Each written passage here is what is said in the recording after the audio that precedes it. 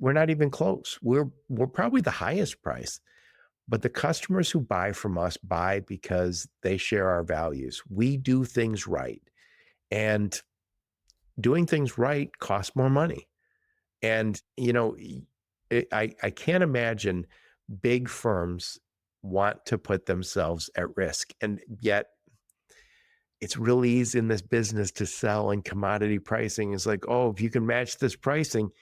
If I match that pricing, I had to go take my insurances off and take some risk, and that makes no sense. It's something that is a big challenge in this space, because yeah, you're right. You would think that some of these larger shippers or customers that's using our services um, would value, a company that's doing it the right way, making all the right investments and following the letter of the law.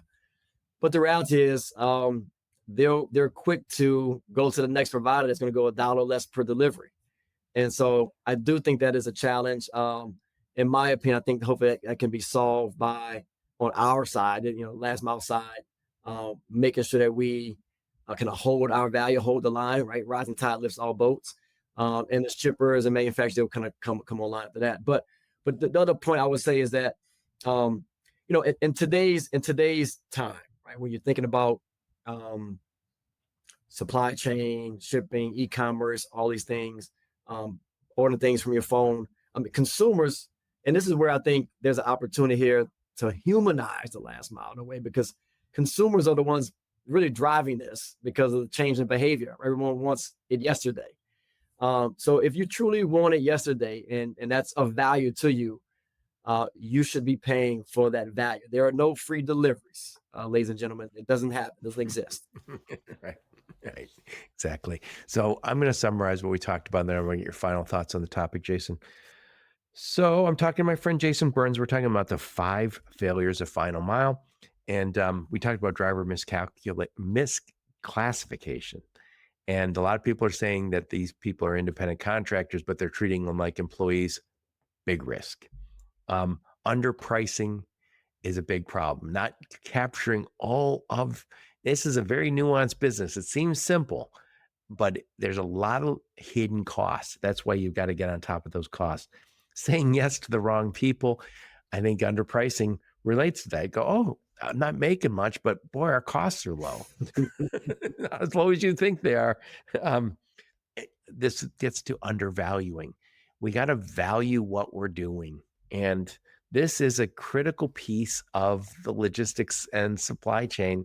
And we got to treat ourselves like we are part of that. And last but not least, underinsured.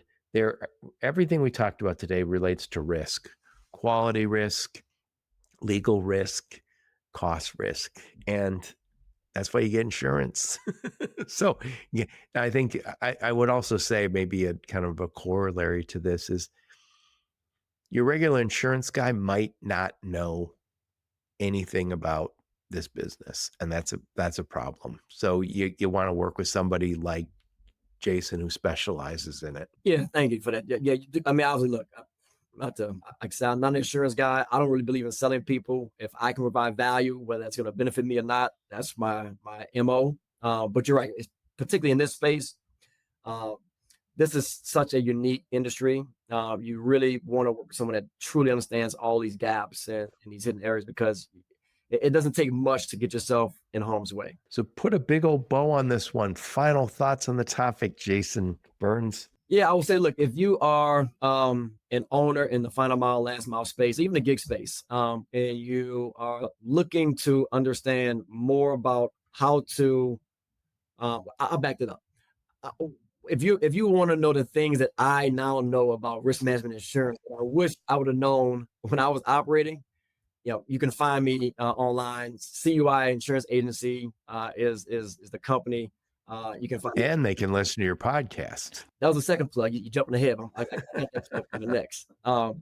If you're also in this space and you want to understand from the lens of the people that are driving this industry, this sector, from last to now first to today's supply chain, check out our podcast. It's last to first.